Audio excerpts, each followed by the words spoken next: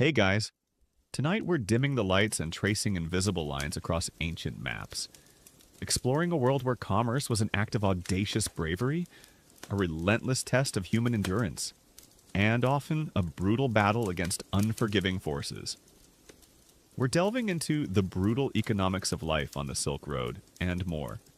You might complain about a delayed package or the price of gas, but imagine a world where every single item, from a bolt of silk to a handful of spices, carried the weight of life-threatening journeys, exorbitant taxes, and the constant threat of violent robbery.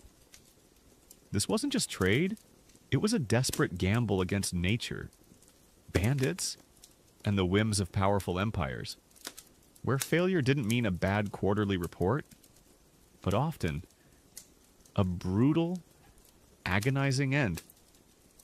You'd probably think twice about ordering that fancy imported coffee if you knew the actual human cost of getting it to your door back then. So, before you get comfortable, take a moment to like the video and subscribe, but only if you genuinely enjoy what I do here. And tell me, where in the world are you tuning in from tonight? What time is it for you? Now, dim the lights. Maybe turn on a fan for that soft background hum. And let's ease into tonight's journey together, into the terrifying realities of ancient commerce. Our first deep dive takes us right onto the treacherous pathways themselves. Confronting the perilous pathways. Imagine yourself as a merchant, perhaps a seasoned trader from an ancient city like Samarkand, now part of modern-day Uzbekistan. But for our story, let's imagine you're a determined American merchant, a precursor to the pioneers, navigating what would become the vast, wild territories of the American West in the early 19th century, but without roads, without established law, and with the added danger of extreme, unmapped wilderness. You're leading a small caravan, maybe just a few wagons, laden with precious furs, tools, or even early firearms destined for distant settlements. Every creaking turn of the wheel, every gust of wind through the canyons, every rustle in the undergrowth is a heightened alert. The journey isn't just long, it's a constant minute-by-minute calculation of risk. You might think a bumpy road on your commute is bad, but at least you're not wondering if the next bend in the trail will bring a flash flood or a band of desperate outlaws. The most disturbing fact about these perilous pathways was the sheer variety and omnipresence of life-threatening dangers. It wasn't just one threat. It was a deadly gauntlet of environmental hazards, human predators, and unpredictable logistical nightmares. Deserts brought searing heat, mirages, and the constant threat of dehydration. Mountains presented dizzying heights, narrow passes, avalanches, and sudden deadly blizzards. Swamps concealed disease-carrying insects and treacherous terrain. And through it all, you had to contend with the ever-present specter of bandits, highwaymen, and rogue tribes, all eager to seize your valuable cargo and, often, your life. Imagine a single journey requiring you to brave temperatures from scorching hot to freezing cold, navigate through thick forests and across barren plains, all while being a prime target for anyone looking to make a quick, violent profit. It's like living out a non-stop, high-stakes video game, but with no respawn button. The environmental hazards alone were formidable. The Silk Road, or any ancient trade route, traversed some of the most extreme landscapes on Earth. The Taklamakan Desert in Central Asia, for instance, was infamous for its shifting sands that could swallow entire caravans, its extreme temperatures, and its utter lack of water. In America, imagine navigating the Mojave Desert or the Rocky Mountains without maps, proper gear, or rescue services. These natural obstacles weren't just difficult, they were actively hostile, constantly testing the limits of human and animal endurance. Imagine days of walking under a sun that felt like a hammer, your lips cracked and swollen, every breath filling your lungs with dust, knowing that if a single camel faltered, your entire enterprise could be doomed, or perhaps your life. A common historical fact. The Oregon Trail, a major 19th century American migration route, despite being far more established than the ancient Silk Road, still saw immense loss of life due to disease, accidents, and environmental factors. Though wagons and organized groups were common, the sheer brutality of river crossings, mountain passes, and vast distances meant that thousands perished, illustrating that even relatively modern pre-technology trade and migration routes were incredibly perilous. Imagine trading the exotic silks of the Silk Road for the promise of fertile lands in the West, only to face a very similar gauntlet of suffering. One particularly grim, lesser-known detail about perilous pathways involves the deliberate sabotage of rival merchants or local guides. It wasn't just random bandits you had to fear. Sometimes a seemingly friendly guide might lead you astray into a deadly trap, or a competing caravan might deliberately contaminate water sources or destroy landmarks to gain an advantage or eliminate competition. Imagine trusting a seemingly benevolent figure, only to realize too late that their smile conceals a treacherous intent, and your journey is being steered directly into peril, all for the sake of economic gain. This added a layer of chilling paranoia to every interaction, making it hard to trust anyone beyond your most immediate, trusted companions. It's like playing a game of Monopoly, but your opponents are willing to poison your water and steal your board pieces. The constant threat of banditry and organized robbery was perhaps the most visceral danger. From nomadic raiders to professional highwaymen, every merchant caravan was a tempting target. Losing your goods meant financial ruin. Resisting often meant death. Caravans had to travel in large, armed groups, which added significant costs and logistical complexities. Imagine peering into the darkness each night, listening for the telltale sounds of approaching hooves, your hand instinctively going to your weapon, knowing that a single ambush could end not only your journey, but your life, and the lives of everyone you're responsible for. This wasn't just a risk. It was an expected part of the journey, factored into every calculation. Furthermore, the lack of infrastructure and accurate mapping magnified every peril. There were no clearly marked roads, no rest stops, no emergency services. Navigation relied on rudimentary maps, star charts, and the knowledge of experienced guides who themselves could make mistakes. A wrong turn in the desert could mean days of wandering without water. A misjudged river crossing could sweep away your entire caravan. Imagine having to chart your own course through a vast, unforgiving wilderness, with every landmark crucial and every error potentially fatal, transforming a simple journey into a constant feat of raw navigation. The psychological toll of living under such constant threat was immense. It fostered a pervasive sense of anxiety, hypervigilance, and a deep-seated suspicion of strangers. Sleep was never truly restful, and moments of peace were fleeting. This wasn't just physical danger, it was the quiet, gnawing dread of knowing that at any moment, your life, your fortune, and your efforts could be violently snatched away by forces beyond your control. Their desperate coping mechanisms included large caravans traveling in numbers offered some protection against smaller groups of bandits. Armed guards hiring mercenaries or having heavily armed companions was a necessity, adding to costs. Camouflage and deception. Sometimes valuable goods were hidden, or decoy caravans were used to mislead raiders. Paying protection money. In some regions, paying tribute to local warlords or powerful bandit chiefs was the only way to ensure safe passage. A grim form of insurance. Night travel in deserts. Traveling at night offered respite from the sun, but increased the risk of getting lost or falling victim to ambush. The misery wasn't just the occasional ambush. It was the constant, unrelenting pressure of being a target and the sheer exhaustion of enduring relentless environmental and human threats. For merchants and their retinues, every mile was a battle, every day a challenge to their survival, turning trade into a testament to human desperation and greed, but also an incredible, if brutal, drive. The academic debate about the primary drivers of trade route evolution often grapples with whether geopolitical shifts or environmental factors played a larger role. Some historians argue that while natural perils like deserts and mountains certainly shaped routes, it was primarily geopolitical instability, the rise and fall of empires, the proliferation of warlords, and the shifting power dynamics between states that dictated the true perilousness of pathways, forcing routes to constantly adapt to zones of relative peace or intense conflict. suggesting that human actions, more than nature, made these routes brutal. They contend that the misery was largely man-made.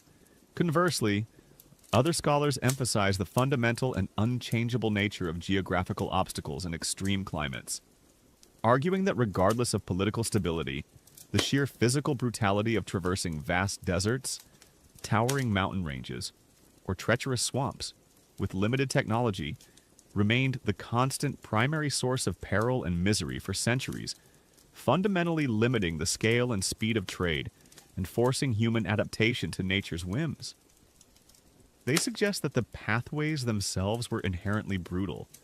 It's a debate that makes you ponder the immense risks involved in simply moving goods from one place to another, and how much of our modern comfort relies on the quiet certainty that your package won't be held hostage by a band of desert nomads.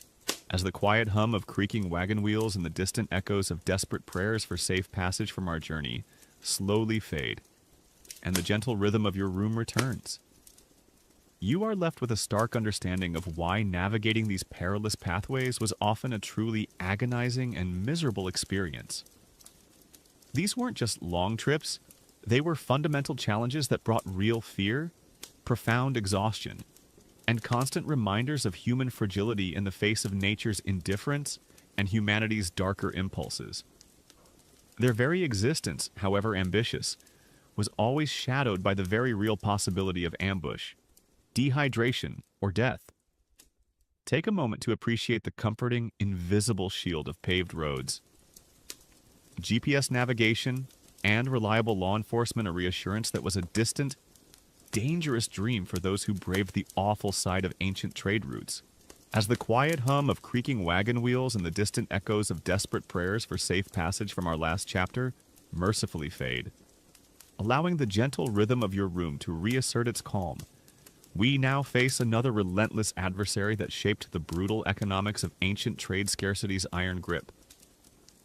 Forget your abundance, your overflowing grocery store shelves, and the expectation that virtually any product can be delivered to your door within days. For our ancestors on the Silk Road, scarcity wasn't an abstract economic concept.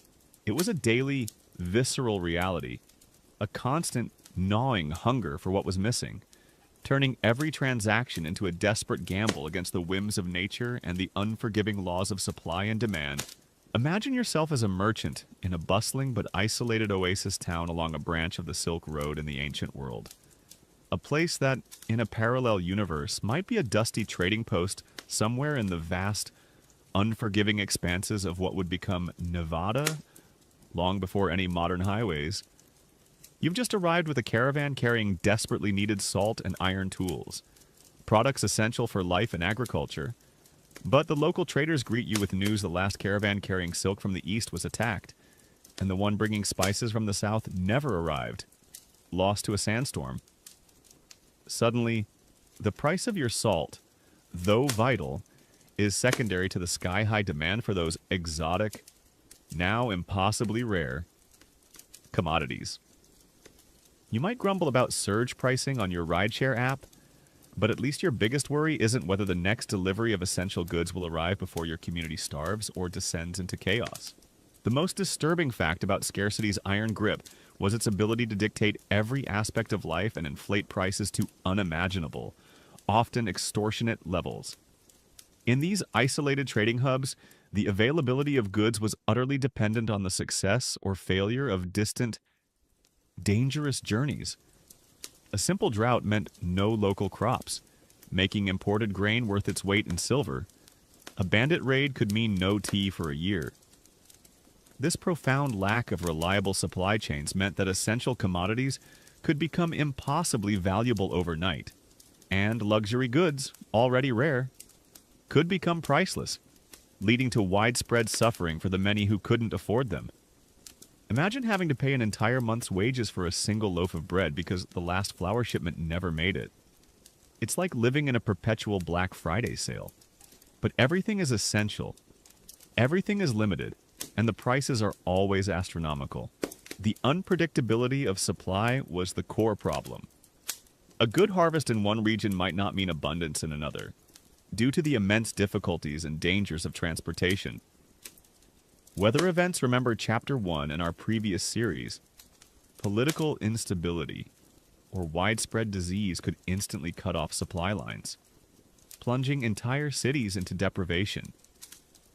Imagine relying on a single, fragile thread of supply, a dusty caravan that might or might not make it, for your basic necessities, knowing that the slightest disruption could mean ruin for your family or your business. A common historical fact. Salt was an incredibly valuable commodity along many ancient trade routes, including parts of the Silk Road, due to its essential role in food preservation and human diet, especially in inland regions far from oceans. Its scarcity in certain areas meant it could be traded ounce for gold or other precious goods, illustrating how fundamental necessities, not just luxuries, could become incredibly valuable due to the difficulties of transportation and production. Imagine trading a shiny gold coin for a handful of basic table salt. One particularly grim, lesser-known detail about scarcity's grip involves the deliberate hoarding and manipulation of essential goods by powerful merchants or local rulers. Knowing the desperation of the populace, unscrupulous individuals or authorities would often buy up vast quantities of essential commodities like grain, water, or medicinal herbs during times of low supply, then release them slowly at vastly inflated prices. Imagine a powerful warlord or a cunning merchant buying up all the available grain during a drought, then selling it back to his starving people at 10 times the normal price, knowing they have no other choice but to pay. This turned scarcity from a natural problem into a tool of oppression and exploitation, deepening the misery for the common person. It's like a real-life villain monologue about market control. But the consequences are mass starvation. The impact on daily diet and health was severe. When basic foodstuffs were scarce or prohibitively expensive, people resorted to meager, often unbalanced diets. Malnutrition was rampant, making populations more susceptible to disease and weakening their ability to perform labor. Imagine living on a diet of gruel or whatever sparse wild plants you could find, feeling your body grow weaker by the day, knowing that the lack of essential nutrients is slowly draining your life force, all because staple foods are unobtainable. Furthermore, scarcity fueled desperate measures and social unrest. When food or water became critically scarce, ordinary people would resort to theft, desperate foraging, or even violence to survive. This could lead to riots, banditry, and widespread social breakdown, turning communities inward and against each other. Imagine your peaceful village descending into chaos as neighbors fight over the last dwindling resources, driven by the primal urge to survive. This turned the economic brutalism into outright social collapse. Compounding the misery, the psychological toll of living under the constant threat of scarcity was immense. It fostered a deep-seated anxiety about the future, a pervasive sense of insecurity, and a desperate, often humiliating struggle for daily existence. Every meal was a reminder of what might not be available tomorrow. This wasn't just physical hunger, it was the quiet, gnawing dread of deprivation, a constant battle against a world that rarely offered enough. Their coping mechanisms were often tragically limited. Bartering direct exchange of goods or services often circumvented currency issues and allowed people to acquire necessities when money was scarce or unstable. Diversification of trade merchants learned to carry a wide variety of goods to hedge against the sudden devaluation or disappearance of a single commodity. Storage and hoarding. Those with the means would store as much as possible during times of plenty, hoping to weather periods of scarcity. Resourcefulness. People became incredibly resourceful, learning to substitute scarce ingredients, repair rather than replace, and utilize every scrap of material. Migration. When scarcity became unbearable in one region, communities would sometimes undertake desperate migrations in search of more abundant lands. Risking the perils of travel, remember Chapter 1. The misery wasn't just the occasional famine, it was the constant, unrelenting pressure of obtaining basic necessities and the profound understanding that life itself was a fragile equation of supply and demand. For those living on the edges of these vast trade networks, every caravan, every harvest, carried the weight of their very survival. turning daily existence into a testament to human endurance against constant economic pressure.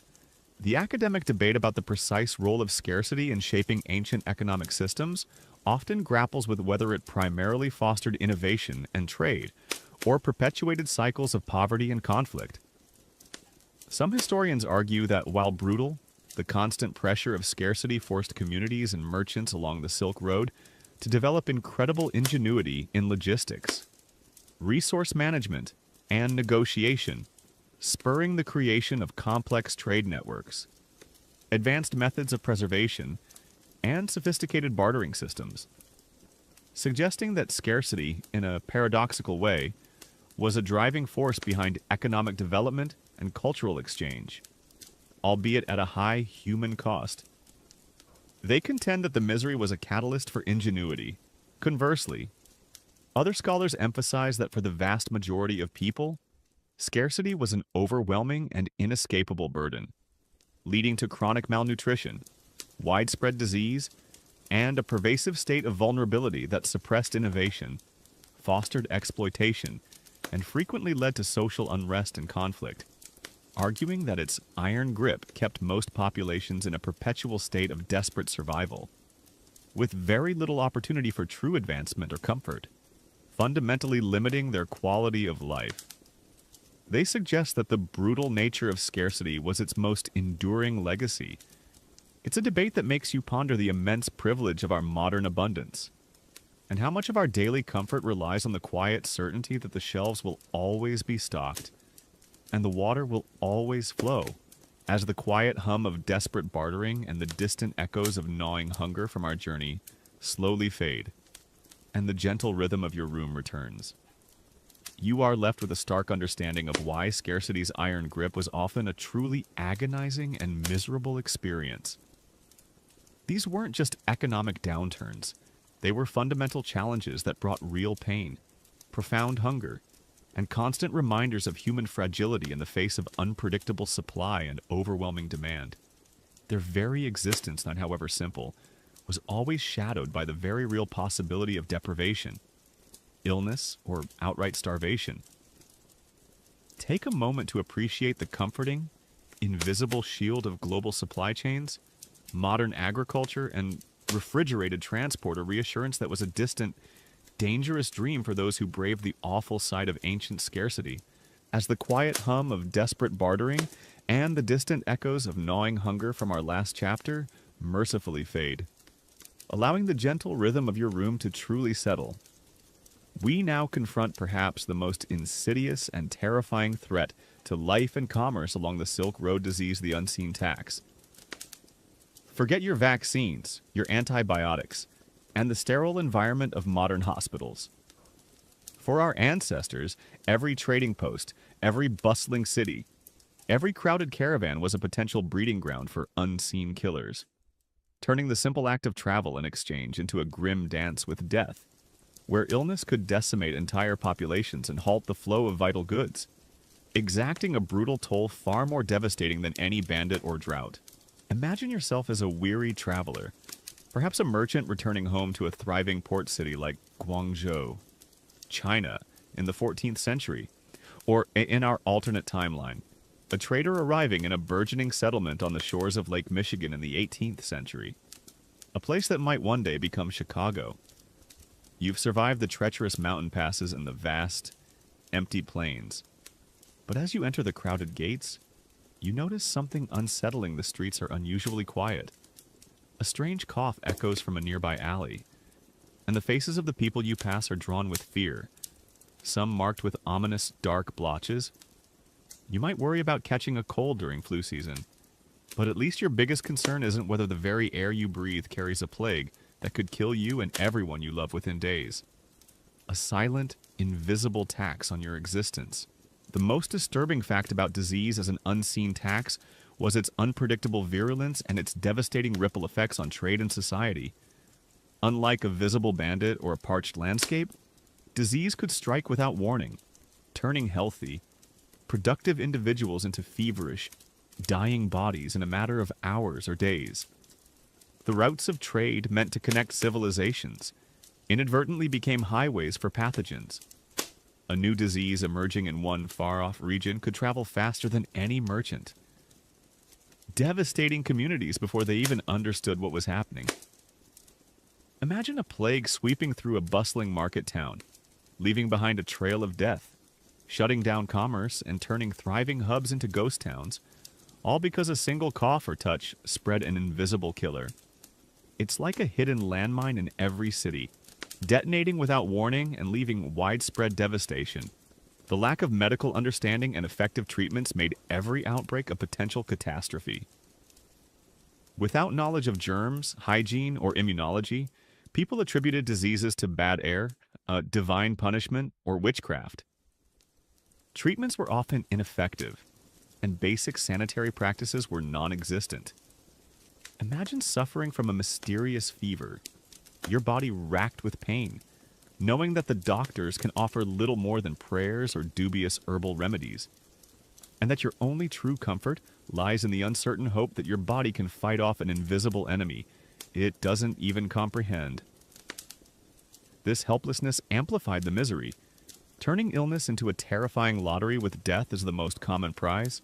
A common historical fact: the Black Death bubonic plague, which ravaged Eurasia in the mid-14th century, is perhaps the most famous example of disease traveling along trade routes, including the Silk Road. It originated in Asia and spread westward, facilitated by merchant caravans and ships, ultimately killing an estimated 75 to 200 million people, profoundly reshaping demographics, economies, and societies across continents. Imagine a pandemic so devastating it wiped out a third to half of Europe's population. Directly linked to the very trade that was meant to bring prosperity, one particularly grim, lesser-known detail about disease's unseen tax involves the desperate abandonment of sick family members or trade partners, driven by fear and a primal urge for self-preservation. When a highly contagious and deadly disease struck, fear often trumped compassion. Merchants would abandon sick companions in remote areas, or families would turn away infected loved ones from their homes, hoping to contain the spread, knowing that contact meant almost certain death. Imagine watching a beloved friend or family member succumb to a horrific illness, and being faced with the agonizing choice of staying to offer comfort and risking your own life, or fleeing in terror, hoping to escape the invisible contagion. This broke down social bonds, creating a profound sense of isolation and despair even amidst tragedy. It's like a dark twist on every man for himself. But the enemy is microscopic and omnipresent. The disruption to trade and travel was immediate and severe. When disease struck a region, towns might quarantine themselves, trade routes would be abandoned, and movement of people and goods would grind to a halt. This not only stopped the flow of valuable commodities, but also trapped merchants and travelers, leaving them stranded and vulnerable, often without access to food or safe shelter. Imagine arriving at a city gate, expecting to trade your goods only to find it barred and guarded, with rumors of a devastating plague inside, leaving you stranded in the wilderness with dwindling supplies. This turned economic ventures into deadly traps. Furthermore, disease led to massive labor shortages, devastating economies. When a significant portion of the population died or became too sick to work, fields went unplowed, crafts went unmade, and goods went untransported. This created a profound economic depression, often lasting for years or even decades, as societies struggled to recover from the loss of their most vital resource, human lives. Imagine a bustling town suddenly emptied of its workers, its markets silent, its workshops idle, all because the unseen enemy had claimed its labor force, leaving a trail of economic ruin. The psychological toll of living under the constant threat of unseen diseases was immense. It fostered a deep-seated fear of strangers, a pervasive sense of powerlessness, and a constant awareness of mortality. Every cough, every sneeze, every feverish chill became a source of dread. This wasn't just physical suffering, it was the quiet, gnawing fear of an invisible enemy. A constant battle against a world where death could arrive without warning, carried on the very winds of commerce. Their desperate coping mechanisms included quarantine, though rudimentary, Isolating the sick or closing off infected areas was an instinctive, if often ineffective, response. Flight fleeing from infected areas was a common, often desperate strategy, though it risked spreading the disease further. Ritual and prayer, communities often resorted to religious ceremonies, sacrifices, or folk remedies, hoping to appease angry deities or ward off evil spirits thought to cause illness. Avoidance limiting contact with strangers, especially those from disease-prone areas, was a common, if isolating, practice. Hygiene limited. Some cultures developed basic sanitary practices, like avoiding contaminated water, though the underlying germ theory was unknown. The misery wasn't just the physical symptoms, it was the constant, debilitating fear of contagion and the profound sense of helplessness against an invisible killer. For those living on the bustling, yet dangerous arteries of the Silk Road, every cough, every fever, every new arrival carried the weight of potential death, turning life itself into a brutal lottery where disease exacted its unseen, devastating tax. The academic debate about the long-term impact of disease on ancient trade and societal development often grapples with whether these outbreaks primarily served as population controls that, in the long run, sometimes led to economic restructuring and innovation, or if they were almost purely destructive forces. Some historians argue that while devastating in the short term, massive disease outbreaks, by reducing population density and disrupting traditional social hierarchies, could paradoxically lead to increased wages for survivors, greater social mobility, and even technological innovation in response to labor shortages like the aftermath of the Black Death in Europe, suggesting that disease, while brutal, sometimes acted as a catalyst for economic and social change. They contend that the misery could inadvertently lead to new opportunities. Conversely, other scholars emphasize the overwhelming and almost purely negative impact of widespread disease, arguing that the massive loss of life, the collapse of trade networks, the breakdown of social order, and the long-term psychological trauma caused by recurrent epidemics led to persistent economic stagnation, widespread suffering, and a profound sense of fatalism, fundamentally hindering societal progress and perpetuating a cycle of misery that outweighed any isolated positive outcomes. They suggest that the unseen tax was almost entirely crippling. It's a debate that makes you ponder the immense power of the microscopic, and how much of our modern world stability relies on the silent, vigilant work of medicine, public health, and global cooperation. As the quiet hum of stifled coughs and the distant echoes of desperate prayers for health from our journey slowly fade, and the gentle rhythm of your room returns, you are left with a stark understanding of why disease as an unseen tax was often a truly agonizing and miserable experience. These weren't just sicknesses. They were fundamental challenges that brought real pain, profound fear, and constant reminders of human fragility in the face of nature's invisible, deadly forces. Their very existence, however ambitious, was always shadowed by the very real possibility of sudden illness, agonizing death, or widespread plague. Take a moment to appreciate the comforting, invisible shield of modern medicine, public sanitation, and global health organizations, a reassurance that was a distant, dangerous dream for those who braved the awful sight of ancient plagues. As the quiet hum of stifled coughs and the distant echoes of desperate prayers for health from our last chapter mercifully fade, allowing the gentle rhythm of your room to truly settle, we now confront another ubiquitous and often unavoidable burden that shaped the brutal economics of ancient trade, tribute, and taxation. Forget your modern tax deductions, your online filing, and the relatively transparent systems of government revenue.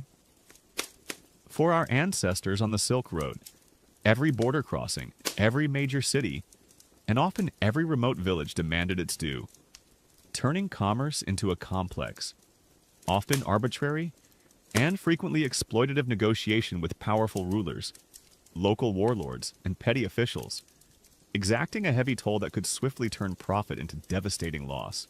Imagine yourself as a determined merchant, perhaps a Persian rug trader in the 10th century, or in a parallel historical narrative, an independent Yankee peddler in the early 19th century, pushing your wares from frontier town to frontier town across the newly settled Midwest. You've just successfully navigated a dangerous mountain pass, your caravan laden with precious goods.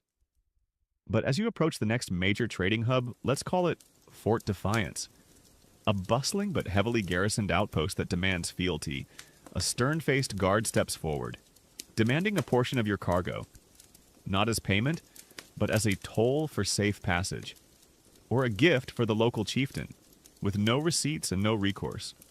You might grumble about sales tax or income tax, but at least your biggest worry isn't whether a local strongman will seize half your inventory or imprison you for questioning his arbitrary demands. The most disturbing fact about tribute and taxation was its arbitrary nature and its potential for unchecked exploitation. There was no universal law or standardized tax rate. Each empire, kingdom, principality, and even local bandit chief along the route could impose their own tariffs. Tolls and gifts, often euphemisms for outright extortion. These demands could change without warning, based on the whim of a ruler, the perceived wealth of your caravan, or the geopolitical climate.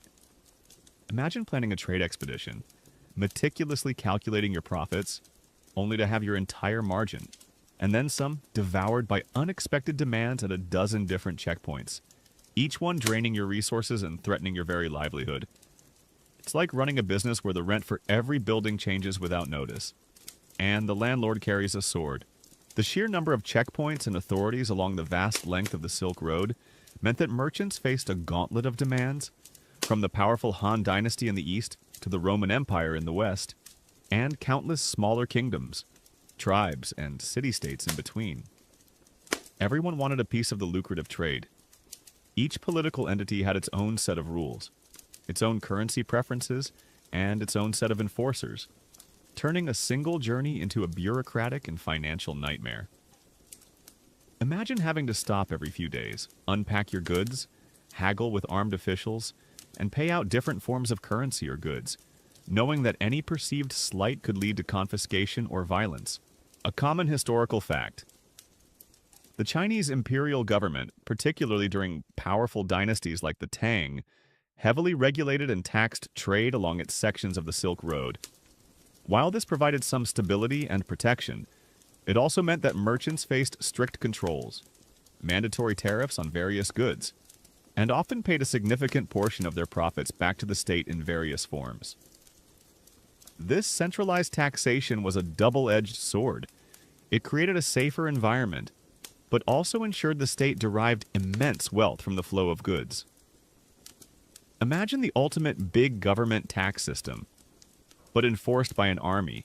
One particularly grim, lesser-known detail about tribute and taxation involves the impoundment and rotting of perishable goods if merchants couldn't pay the demanded tribute. If a caravan lacked the specific currency, the required gift, or simply refused to pay an exorbitant fee, officials might impound their goods indefinitely. For merchants carrying valuable but perishable commodities like fresh fruits, certain spices, or even delicate silks which could be damaged by prolonged storage in unsuitable conditions. This meant watching their entire investment literally rot away, leading to total financial ruin. Imagine arguing with a stern tax collector, knowing that every minute of delay means your precious cargo is slowly spoiling, turning your wealth into waste, all because you can't meet an arbitrary demand. This added an extra layer of cruel pressure to every negotiation. It's like your business literally has an expiration date on its inventory, and the taxman holds the key to the freezer. The corruption and bribery inherent in such a decentralized and unregulated system were rampant. Officials, from border guards to provincial governors, often demanded personal bribes in addition to official taxes. This added another hidden, unpredictable cost to every transaction, forcing merchants to carry extra resources for these unofficial payments, and constantly risking being shaken down for more. Imagine being caught between an official demanding an expediting fee and a local warlord demanding a protection payment, knowing that refusing either could mean the loss of your goods or even your life. This turned commerce into a constant ethical and financial dilemma. Furthermore, the threat of violence or imprisonment was a constant backdrop to these financial demands. Refusal to pay or even appearing to hide goods could lead to severe consequences. Merchants might be beaten, imprisoned, or even executed, and their entire caravan confiscated. This meant that the economic brutalism was always underscored by physical coercion, forcing compliance through fear rather than law. Imagine standing before an armed official, holding your breath, knowing that your next word, your next action, could determine whether you leave with your goods or leave with nothing but scars, or not leave at all.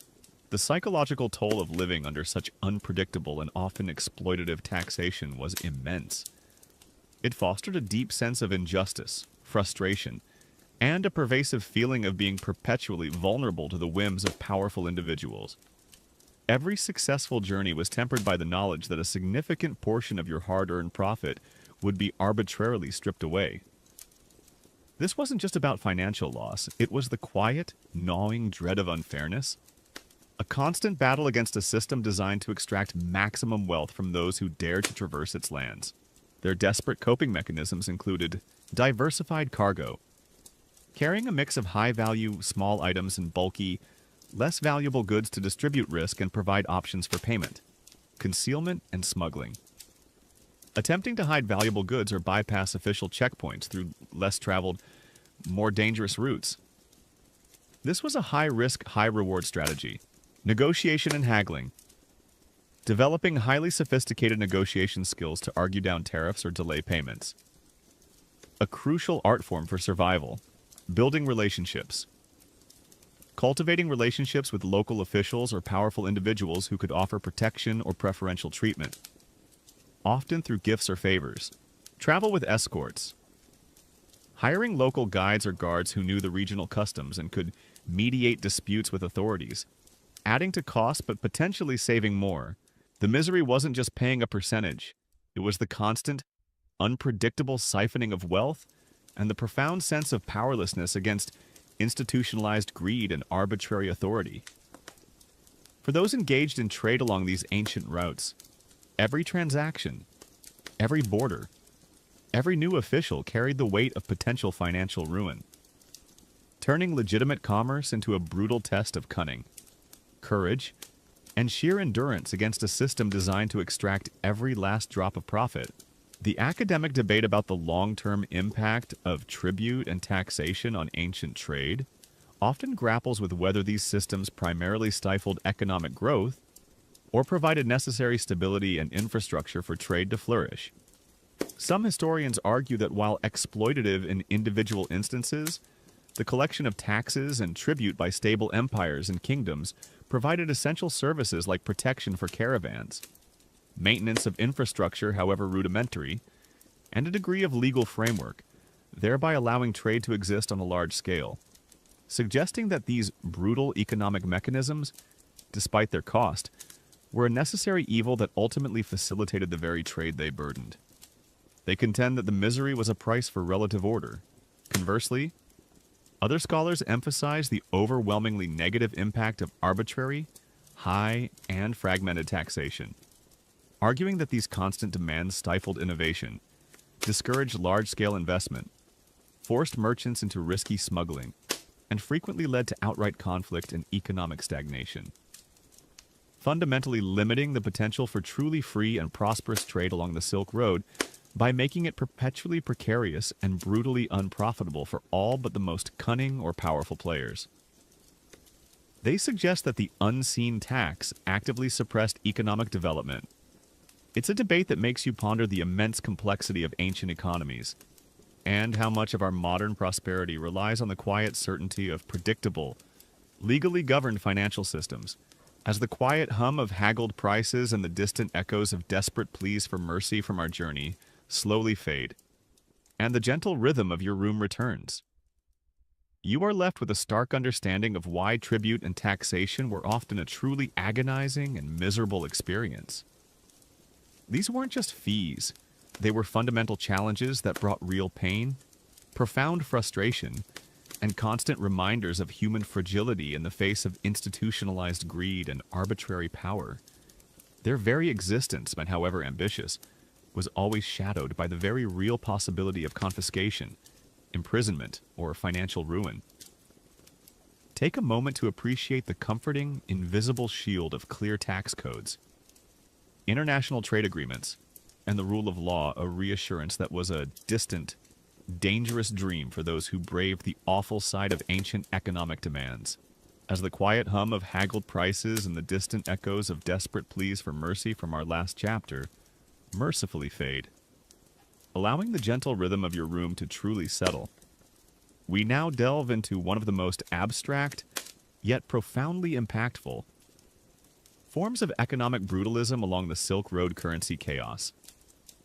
Forget your stable national currencies, your universally accepted credit cards, and the ease of online banking. For our ancestors, every transaction across vast distances involved a bewildering array of coins, weights, and measures, often of uncertain value and prone to counterfeiting, turning every exchange into a tense negotiation fraught with risk, deceit, and the constant threat of being cheated, fundamentally undermining trust and transparency in commerce. Imagine yourself as a determined merchant, perhaps a Sogdian trader known for your linguistic skills in the 7th century, or in our parallel historical narrative, an intrepid American entrepreneur in the early 19th century, carrying your life's savings in a mix of gold and silver coins, traversing the diverse, unconnected territories that would one day become the United States. You arrive at a bustling market in a new territory, say a raw, booming settlement near the confluence of the Ohio and Mississippi rivers, a place destined to be a major trade hub.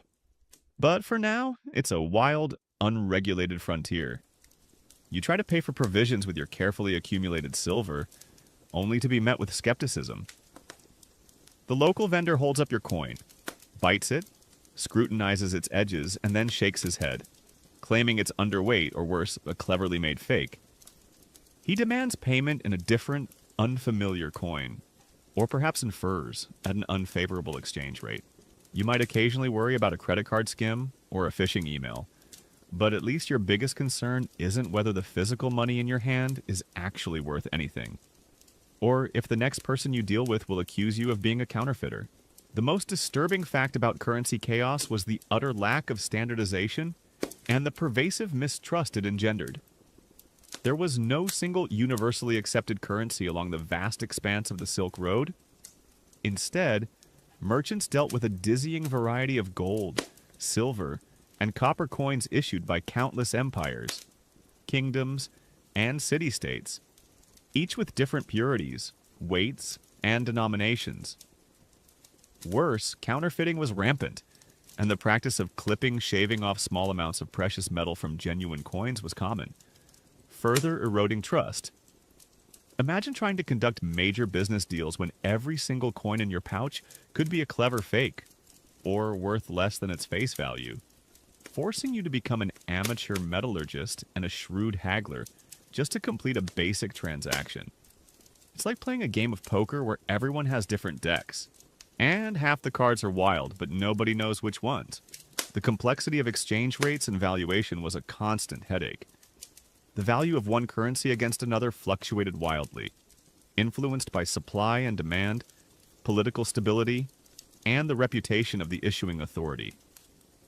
Merchants had to constantly convert between different coinages, often losing a significant percentage of their profits in the process to money changers, who themselves might be less than honest. Imagine trying to balance your books when the value of your assets is constantly shifting, and every conversion eats into your already razor-thin margins, turning every successful sale into a complex, nerve-wracking mathematical puzzle, a common historical fact. In various periods along the Silk Road, standardized units of weight, like the Roman denarius or the Chinese Kaiyuan Tongbao coin, sometimes gained wider acceptance due to the power and reputation of their issuing empires. However, even these dominant currencies faced regional variations, local imitations, and the constant threat of debasement reducing the precious metal content by the very authorities who issued them, making true stability a rare commodity. Imagine even the most trusted currency being secretly devalued by the government itself. One particularly grim, lesser-known detail about currency chaos involves the physical risks associated with carrying large amounts of precious metal and the lengths merchants went to disguise their wealth. Since money was often in the form of heavy, identifiable gold or silver coins, merchants were prime targets for bandits, remember. Chapter 1's Perilous Pathways.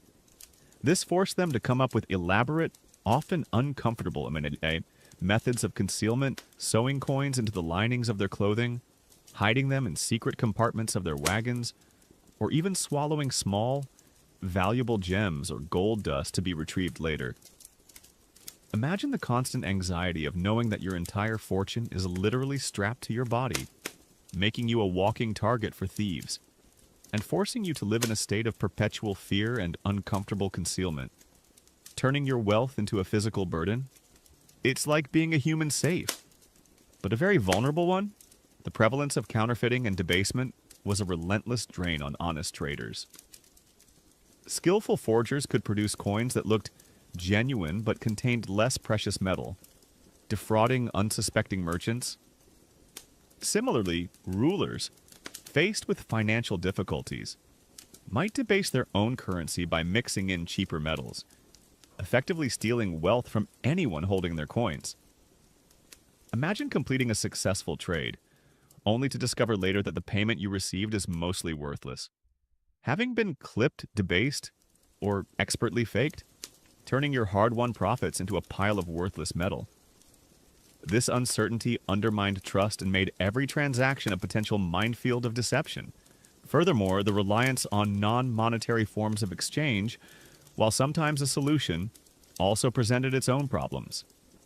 When currency was unreliable, people resorted to bartering. Remember Chapter 2's Scarcity's Iron Grip, or using commodities like silk, spices, or even slaves as forms of payment. While this circumvented currency issues, it meant goods were often illiquid, difficult to divide, and their value highly subjective, leading to protracted negotiations and disputes. Imagine trying to buy a small amount of food for your journey by offering a piece of silk, and having to haggle endlessly over the exact portion that your silk is supposedly worth. This complicated every interaction and slowed down the pace of commerce.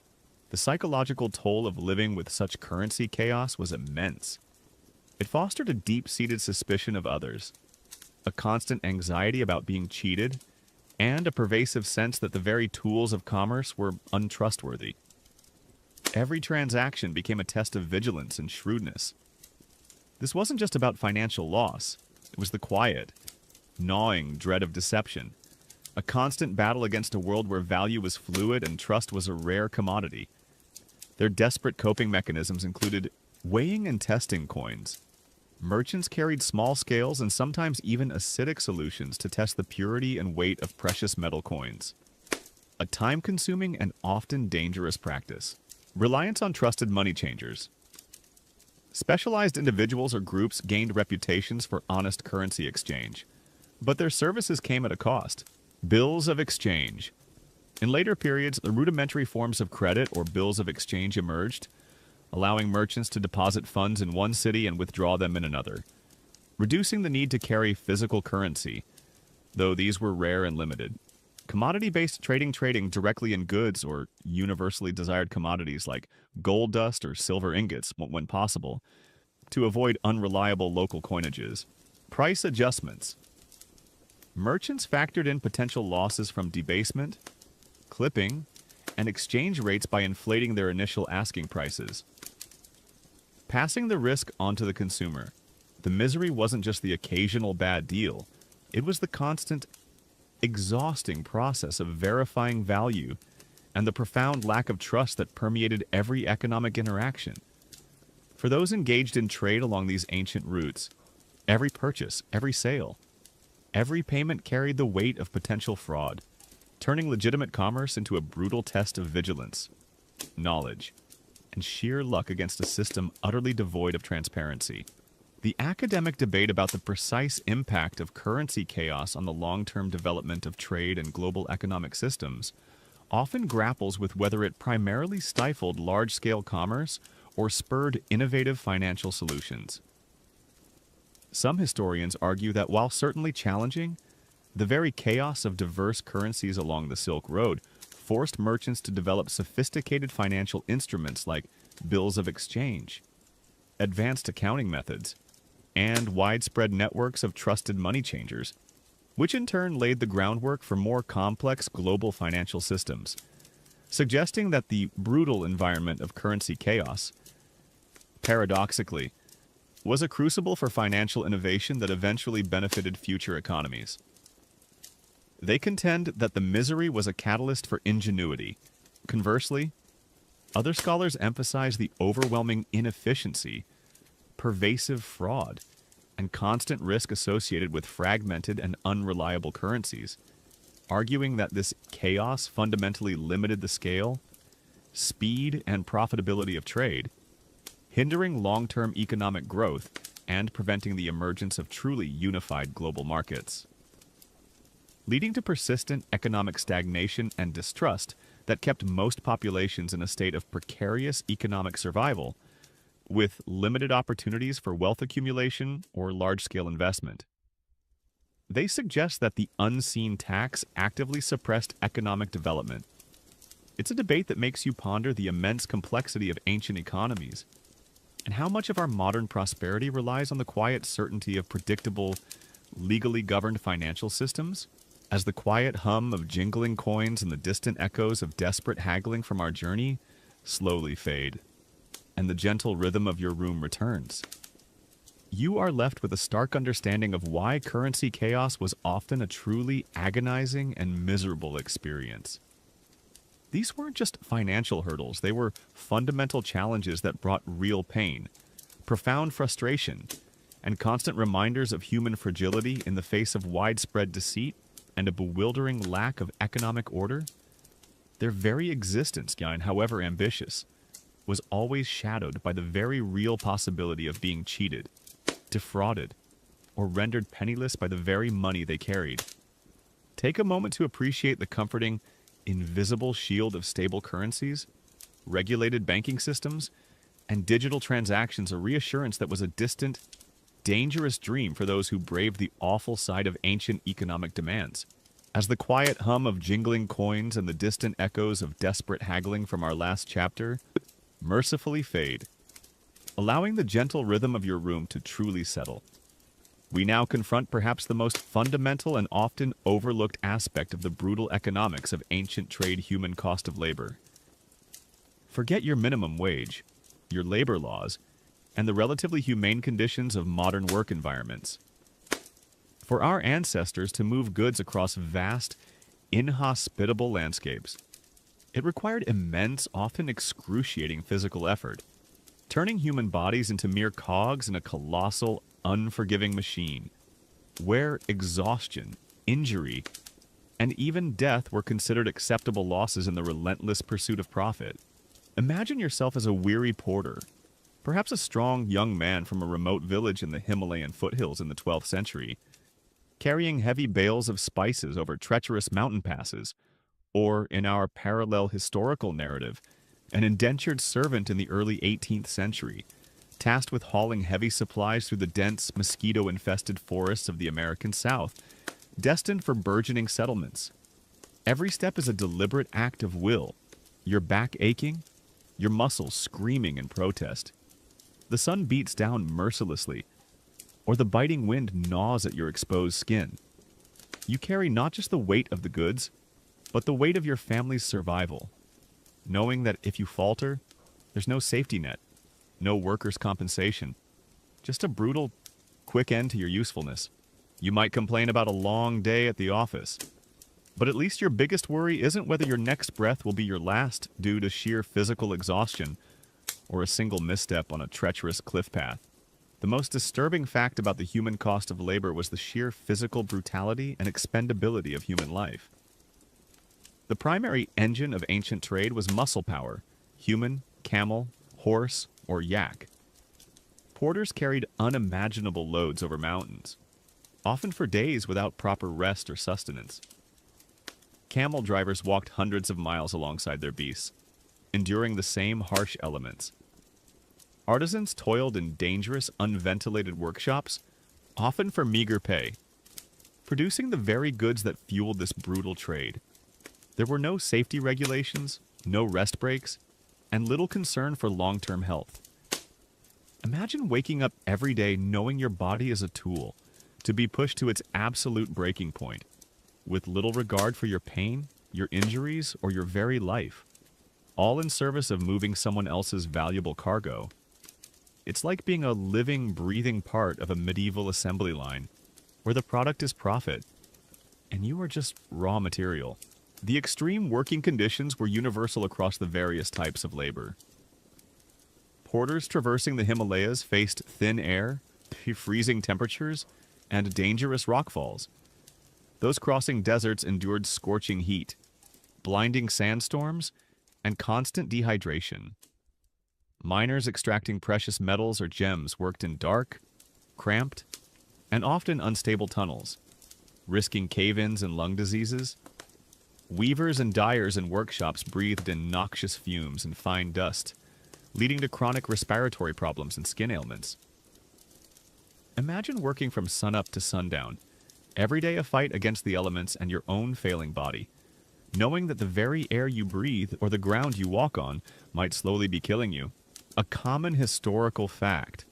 The lives of the coolies, a term often used to describe Asian laborers, particularly from China and India, in the 19th and early 20th centuries, who built infrastructure like the Transcontinental Railroad in the American West, or worked in various colonial enterprises, provide a later but powerful echo of this ancient brutalism. These laborers faced incredibly dangerous conditions, harsh treatment, and low wages, with thousands dying from accidents, disease, and exhaustion, demonstrating the persistent disregard for the lives of those performing difficult manual labor, even into more modern times.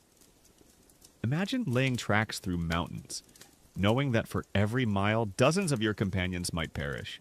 One particularly grim, lesser-known detail about the human cost of labor involves the deliberate maiming or blinding of pack animals like camels or donkeys to force them to continue working through injury or exhaustion.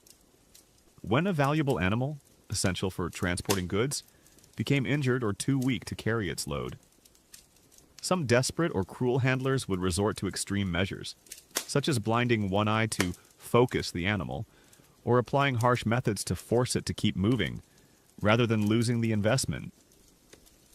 Imagine the suffering of these animals, forced to continue their agonizing labor even when gravely injured, reflecting a chilling indifference to life, both animal and human, when profit was at stake.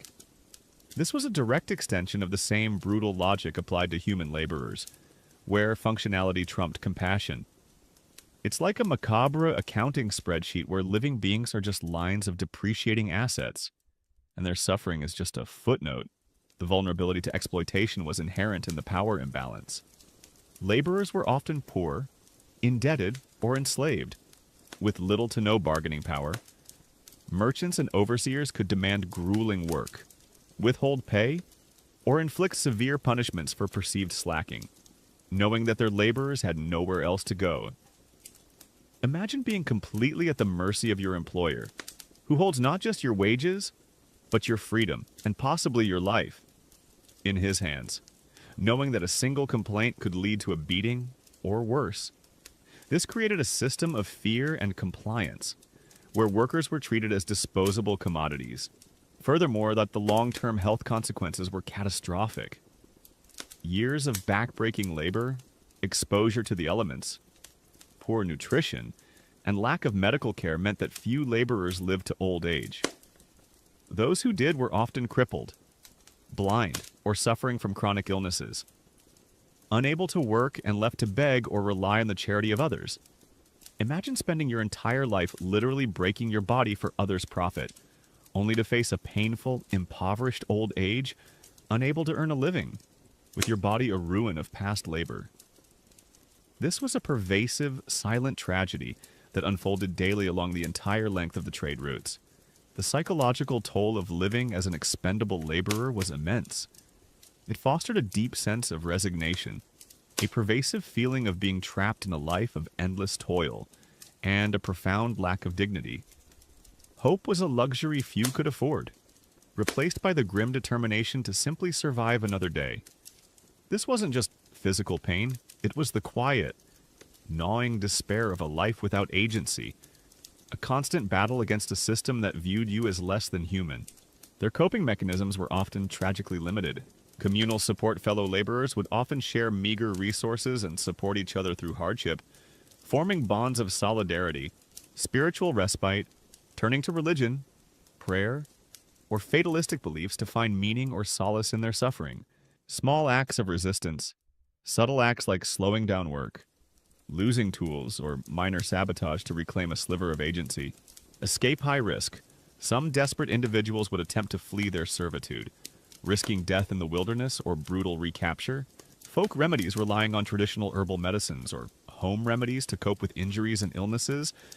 As professional medical care was non-existent, the misery wasn't just the occasional injury, it was the constant, unrelenting degradation of the human body and spirit, and the profound injustice of a life sacrificed for someone else's gain.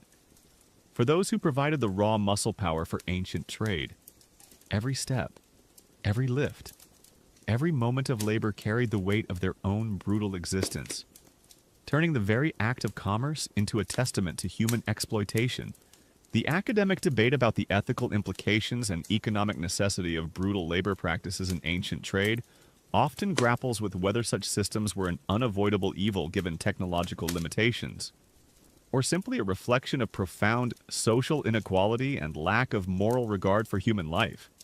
Some historians argue that, given the immense distances, the lack of mechanized transport, and the sheer volume of goods, the reliance on intensive, often brutal, manual labor was an unavoidable, if grim, necessity for any large-scale trade to occur, suggesting that the human cost was a function of pre-industrial limitations rather than purely malevolent intent, and that it fueled an economic system that ultimately brought goods and ideas to distant lands. They contend that the misery was an unfortunate byproduct of progress. Conversely, other scholars emphasize the systemic nature of exploitation, arguing that the brutal conditions, the low wages, and the disposable treatment of laborers were not just a practical necessity, but a deliberate outcome of power dynamics, where profit was consistently prioritized over human well-being, leading to widespread suffering, premature death, and the perpetual immiseration of vast segments of the population, fundamentally undermining any claims of progress by resting on a foundation of profound human misery. They suggest that the cost was a moral failing. It's a debate that makes you ponder the ethical foundations of wealth creation and how much of our modern comfort relies on the quiet suffering of those whose labor remains undervalued. Even today, as the quiet hum of aching muscles and the distant echoes of strained breaths from our journey slowly fade, and the gentle rhythm of your room returns, you are left with a stark understanding of why the human cost of labor was often a truly agonizing and miserable experience. These weren't just jobs. They were fundamental challenges that brought real pain, profound exhaustion, and constant reminders of human fragility in the face of relentless demand for physical toil. Their very existence, in however simple, was always shadowed by the very real possibility of injury, debility, or death, all in service of someone else's profit. Take a moment to appreciate the comforting, invisible shield of labor laws, medical care, and the simple dignity of safe work, a reassurance that was a distant, dangerous dream for those who braved the awful side of ancient human labor. As the quiet hum of aching muscles and the distant echoes of strained breaths from our last chapter mercifully fade, allowing the gentle rhythm of your room to truly settle, we now turn our attention to a curious economic paradox of the Silk Road, the luxury paradox. Forget your everyday necessities, your sensible purchases, and the logic of efficient supply chains. For our ancestors, the most prized goods, silk, spices, jewels, exotic perfumes were also the most difficult, dangerous, and expensive to transport, turning their immense value into a symbol not just of wealth, but of the brutal, hidden suffering of their production and transit, creating a fascinating, yet often horrifying, Disconnect between their dazzling appearance and their true human cost. Imagine yourself as a wealthy Roman patrician in the 1st century CE, or in our alternate timeline, a well-to-do Boston merchant in the late 18th century. You've just received a shipment of exquisite Chinese silk, perhaps a shimmering bolt of crimson, woven with intricate patterns. So soft it feels like liquid against your skin. You marvel at its beauty, its rarity, its exotic allure. You pay a princely sum for it, displaying it proudly in your home, a testament to your status and sophistication. What you don't see, what you can't even begin to imagine, are the countless invisible layers of misery embedded within each silken thread, the back-breaking labor of the sericulture workers, the agonizing journey across deserts and mountains, the threats of bandits, disease, and extortion that every merchant faced. You might spend a small fortune on a designer handbag today, but at least your biggest worry isn't whether it was dyed with the tears of exploited laborers, or whether its very existence represents a brutal, perilous journey that cost human lives. The most disturbing fact about the luxury paradox was the profound moral and economic disconnect between the consumer's pleasure and the producer's pain. The higher the value and desirability of a luxury good, the more brutal the conditions often were for those who created it or transported it. This immense profit margin at the end of the chain masked a horrifying reality of human exploitation, environmental degradation, and extreme risk-taking at every stage of the commodity's journey from raw material to coveted treasure. Imagine savoring a rare spice, knowing its intense flavor literally traveled through the hands of hundreds, each facing untold dangers and hardships, their suffering invisible in the final product. It's like admiring a beautiful painting, but the paint was mixed with the blood and sweat of forced labor. The extreme difficulty of production and acquisition was the first layer of brutal cost. Consider silk. Its production involved the meticulous cultivation of mulberry trees, the painstaking care of silkworms, and the delicate, time-consuming process of reeling thousands of tiny cocoons into usable thread. Spices required arduous cultivation in specific, often remote, climates. Precious gems were extracted from dangerous, unregulated mines, often by forced labor, risking cave-ins, disease, and brutal treatment. Imagine a child spending their entire short life in a dark, dusty mine, their lungs slowly failing, just so a tiny, sparkling gem can adorn the finger of someone thousands of miles away. A common historical fact. Chinese silk production was a closely guarded secret for centuries, contributing to its immense value and desirability in the West. The intricate process, from silkworm cultivation to weaving, was incredibly labor-intensive, often performed by women and children under difficult conditions. The efforts to smuggle silkworms or the knowledge of sericulture out of China by various empires like the Byzantines underscore just how valuable and secretive this production was, a testament to the effort and control required to maintain its luxury status. Imagine a product so valuable, entire nations would spy and steal to possess its secret. One particularly grim, lesser-known detail about the luxury paradox involves the deliberate brutalization of laborers to ensure the purity or quality of luxury goods. In some instances, particularly for highly specialized or artisanal goods, producers would impose extremely harsh conditions, restrict movement, or even inflict physical harm on laborers to prevent theft, ensure secrecy of techniques, or push for absolute perfection in craftsmanship. For instance, the conditions of pearl divers, who faced immense danger from drowning, sharks, and crushing pressure, or the rigorous, often cruel, training of skilled artisans who were virtually enslaved to their craft, ensuring that their entire life was dedicated to producing goods for the elite. Imagine being forced to work in such dangerous conditions, your body pushed to its limit, knowing that any imperfection in your work could lead to severe punishment, all to create something beautiful that you would never own or even touch beyond its creation. It's like a twisted version of quality control, where human suffering is the unwritten ingredient.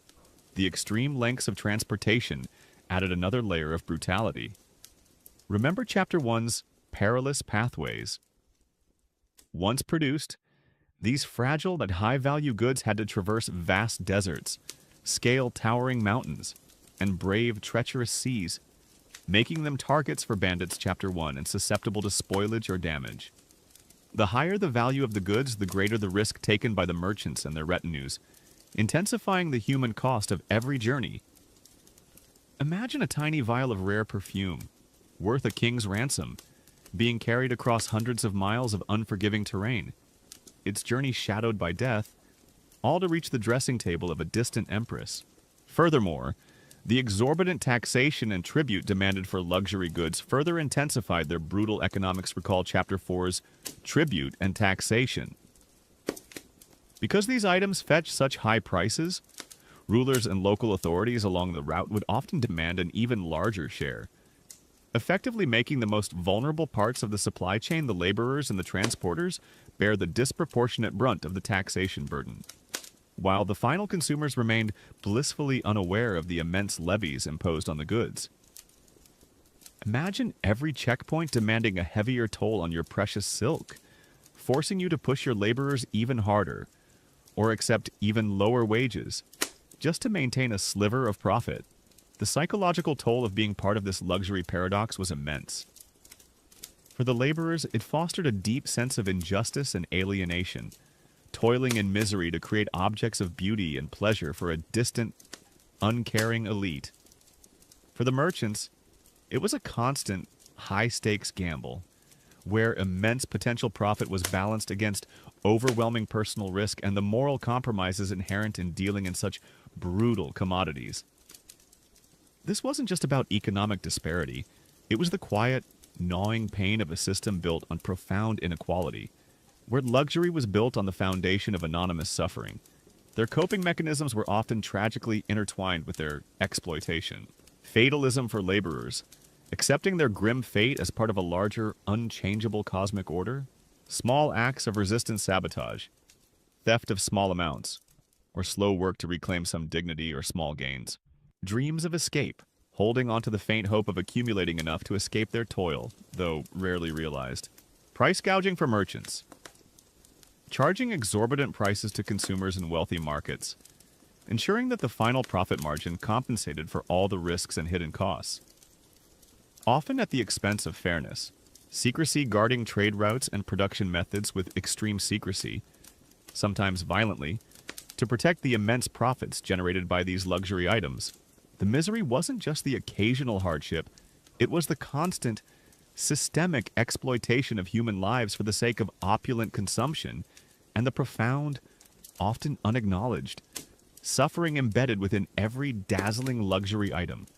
For those at the bottom of this economic chain, the demand for exotic treasures meant a life of relentless toil, danger, and often premature death, turning the very concept of luxury into a brutal testament to human exploitation. The academic debate about the ethical implications of ancient luxury trade often grapples with whether the economic benefits and cultural exchange facilitated by such trade outweighed the human and environmental costs.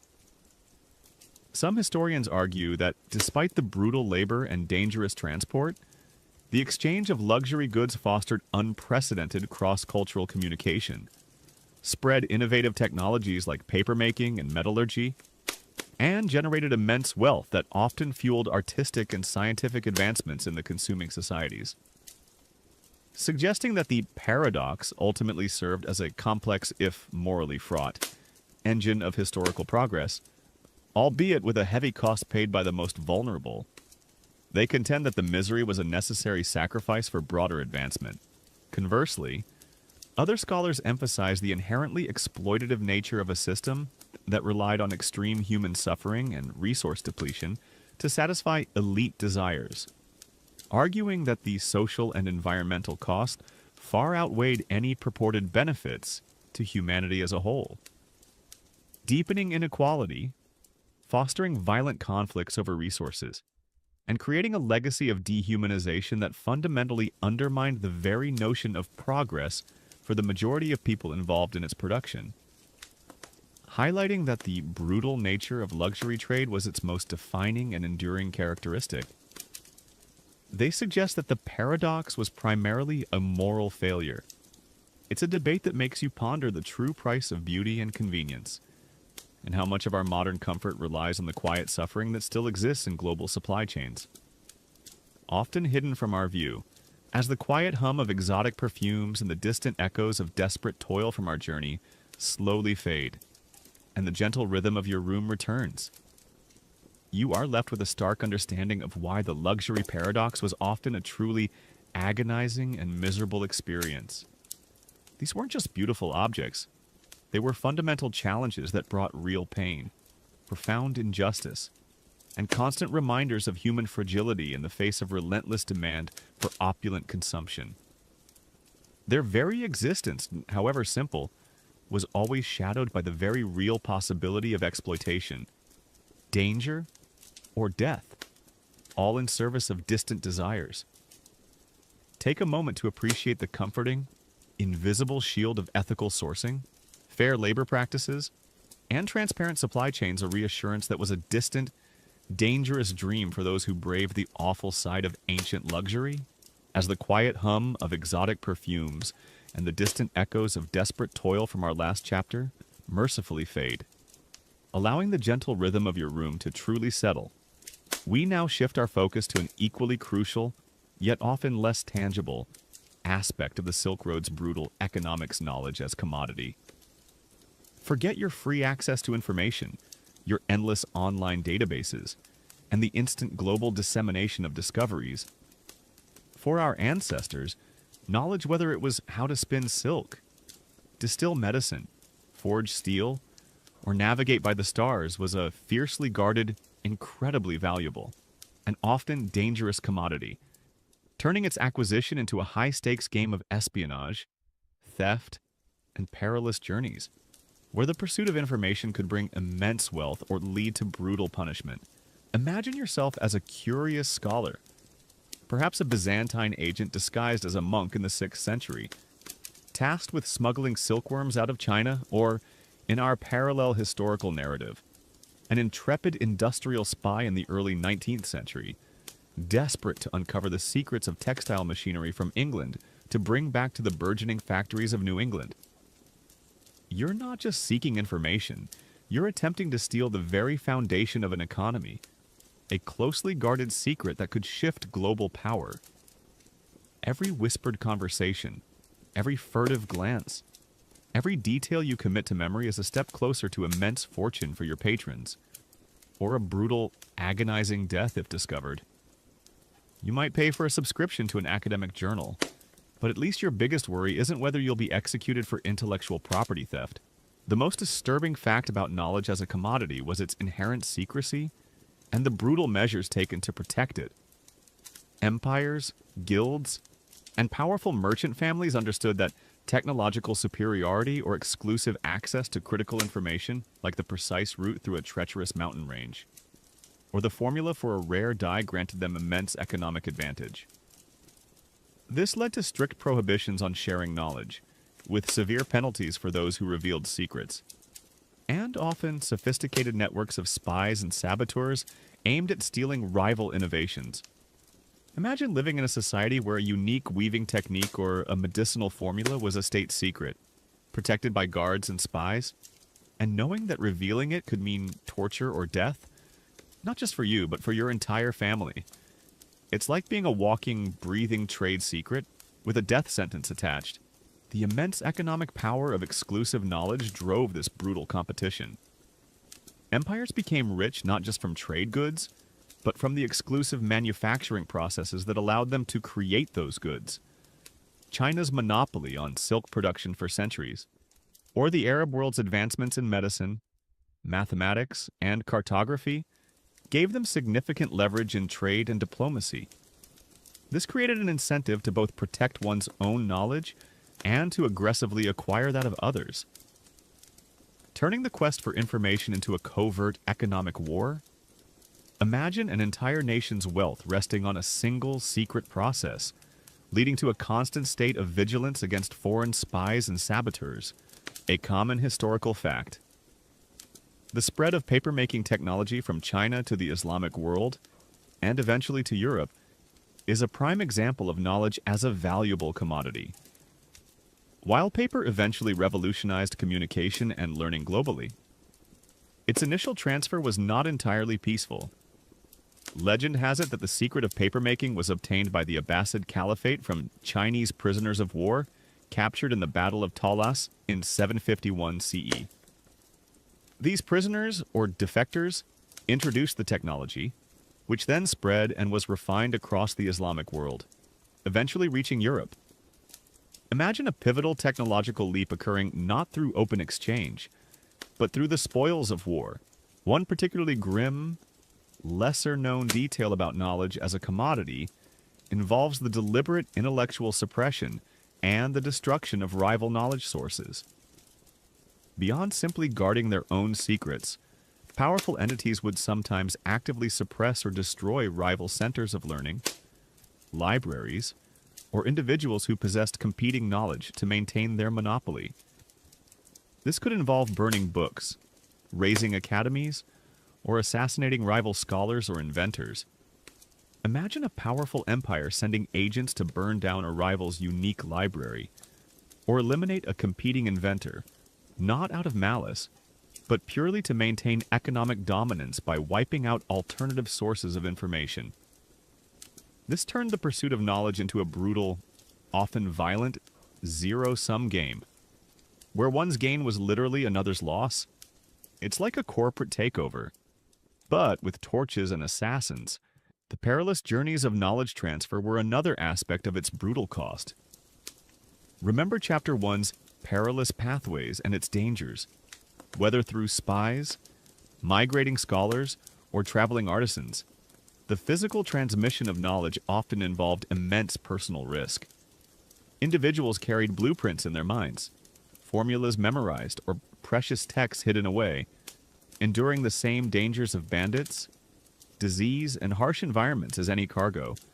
But with the added threat of being caught as a traitor or spy, imagine a person carrying the secret to an entire industry in their head, walking through hostile territory, knowing that one wrong word, one suspicious glance, could mean their capture, interrogation, and execution.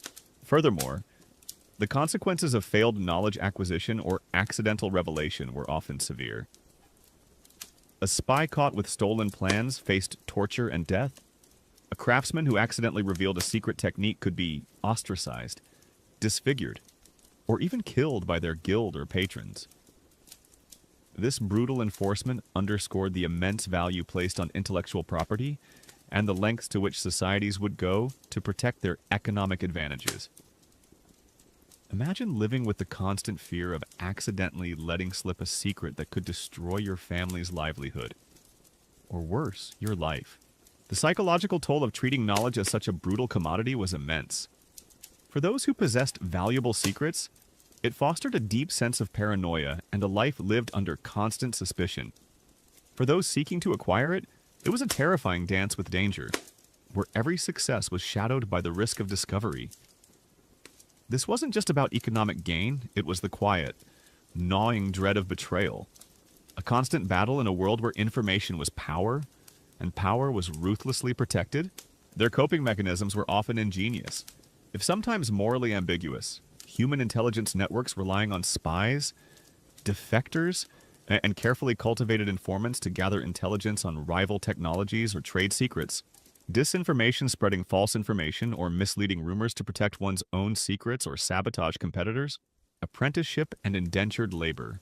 Training new generations of artisans under strict secrecy, often through long binding apprenticeships that limited their ability to leave or share knowledge. Symbolic representation. Encoding knowledge in symbols, rituals, or oral traditions to make it less accessible to outsiders. Controlled dissemination. Carefully releasing limited or incomplete information to gain diplomatic advantage or to test the waters for wider adoption. While retaining core secrets, the misery wasn't just the difficulty of learning. It was the constant, high-stakes game of intellectual espionage and the profound ruthlessness with which knowledge monopolies were protected and exploited. For those who held or sought the secrets of the Silk Road, every piece of information carried the weight of potential fortune or fatal risk, turning the very pursuit of knowledge into a brutal struggle for economic dominance. The academic debate about the primary drivers of technological diffusion along the Silk Road often grapples with whether knowledge spread primarily through peaceful exchange and serendipitous discovery, or through more brutal means like espionage, conquest, and forced migration.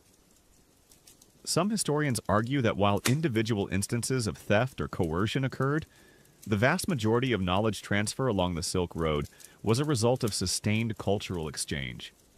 The natural curiosity of scholars, and the practical benefits derived from adopting superior technologies, suggesting that the commodity aspect of knowledge gradually gave way to a more collaborative, if slow, process of global learning, fostering mutual benefit over time. They contend that the misery was outweighed by the shared benefits. Conversely, other scholars emphasize the pervasive and often violent competition for valuable intellectual property, arguing that the deliberate protection of trade secrets, the active suppression of rival knowledge, and the systematic use of espionage and forced labor to acquire technological advantages were fundamental characteristics of knowledge transfer, leading to a brutal, zero-sum struggle where economic advantage was often built on intellectual theft and profound human misery, ultimately limiting the free flow of ideas and hindering collective progress. They suggest that the brutal economics applied to knowledge as much as to goods. It's a debate that makes you ponder the true nature of human innovation, and how much of our modern knowledge base, that we now take for granted, has been forged in the crucible of ancient rivalries and desperate, dangerous quests for information. As the quiet hum of whispered secrets and the distant echoes of desperate intellectual quests from our journey slowly fade, and the gentle rhythm of your room returns, you are left with a stark understanding of why knowledge as a commodity was often a truly agonizing and miserable experience. These weren't just facts. They were fundamental challenges that brought real fear, profound risk, and constant reminders of human fragility in the face of relentless competition for intellectual dominance. Their very existence, however ambitious, was always shadowed by the very real possibility of discovery, torture, or death, all in service of economic gain. Take a moment to appreciate the comforting, invisible shield of open source information, patent laws, and academic freedom, a reassurance that was a distant, dangerous dream for those who braved the awful side of ancient intellectual property, as the quiet hum of whispered secrets and the distant echoes of desperate intellectual quests from our last chapter mercifully fade. Allowing the gentle rhythm of your room to truly settle, we now confront a brutal reality that permeated every aspect of Silk Road life competition and conflict. Forget your friendly market rivalries, your corporate mergers, and the rule of international law governing trade disputes. For our ancestors, economic competition was often a zero-sum game, turning into open warfare between merchants, violent clashes between empires, and ruthless struggles for control over lucrative routes and resources. Where alliances shifted like desert sands in the pursuit of profit, frequently ended in bloodshed. Imagine yourself as a powerful merchant guild leader in the ancient city of Palmyra in the 3rd century CE, struggling to maintain your control over crucial trade routes from the east, or in our parallel historical narrative, a shrewd, ambitious trading company owner in the early 19th century, battling rival firms for dominance over the fur trade routes connecting the Great Lakes to the burgeoning port cities. You've just received news that a rival caravan has attempted to bypass your established routes, perhaps even trying to bribe local chieftains to gain exclusive access. Your first thought isn't about legal action or market strategy. It's about dispatching armed guards, perhaps even hiring mercenaries to persuade them to turn back, or worse, to make an example of them. You might worry about a competitor undercutting your prices, but at least your biggest concern isn't whether your business rivals will burn down your warehouses or ambush your delivery trucks. The most disturbing fact about competition and conflict was its pervasive and often lethal nature, extending from individual merchants to entire empires. The vast wealth flowing along the Silk Road was an irresistible magnet for both legitimate powers and predatory forces. Control over key oases, mountain passes, and trading cities meant immense power and profit. This led to ceaseless jockeying for position, espionage, sabotage, and, frequently, outright military conflict, turning the economic landscape into a constant battlefield where commercial success was often achieved through brute force and strategic violence. Imagine entire armies clashing in a desolate mountain pass, not over land or ideology, but over the right to collect tolls on passing caravans, or to secure exclusive access to a profitable trade route. It's like a global game of chess, but every piece is a real person, and the board is constantly stained with blood. The struggle for control over key choke points and resources was a primary driver of conflict. Oases provided vital water in deserts, river crossings offered crucial passage, and mountain passes were often the only navigable routes through formidable ranges. Empires like the Romans, Persians, Chinese, and later, the Mongols, constantly fought for dominance over these strategic locations. Recognizing that control meant economic leverage, imagine a mighty empire dedicating vast military resources to securing a dusty, remote watering hole in the desert. Knowing that whoever controlled that water controlled the flow of goods and people across an entire continent, a common historical fact. The Han-Xiongnu Wars, 2nd century BCE, 1st century CE, were a series of massive military conflicts between the Han dynasty of China and the nomadic Xiongnu Confederation, often fought over control of the lucrative trade routes, including the nascent Silk Road. The Han's desire to secure safe passage for their silk and other goods westward, and to control the trade that brought valuable horses from the nomadic tribes, directly fueled these prolonged and brutal wars, costing countless lives and immense resources. Imagine two superpowers battling for centuries, not for territory in the traditional sense, but for mastery over trade corridors. One particularly grim, lesser-known detail about competition and conflict involves the deliberate poisoning of wells or destruction of oases by retreating armies or rival groups to deny resources to their enemies or competitors. In the scorched earth tactics of the Silk Road, when a powerful army or a desperate bandit group was forced to retreat, they would often poison vital water sources or fill in oases, ensuring that anyone following them, or any local population who might support a rival, would face agonizing dehydration and death. Imagine being a merchant approaching a crucial oasis after days in the desert, only to find the water tainted or completely gone. A grim legacy of a distant, unseen conflict, leaving you and your caravan to face certain demise. This added a horrifying layer of environmental warfare to economic competition. It's like a strategic move in a board game, but the pawns are dying of thirst. The rise of powerful merchant families and guilds also fueled internal competition that could turn violent.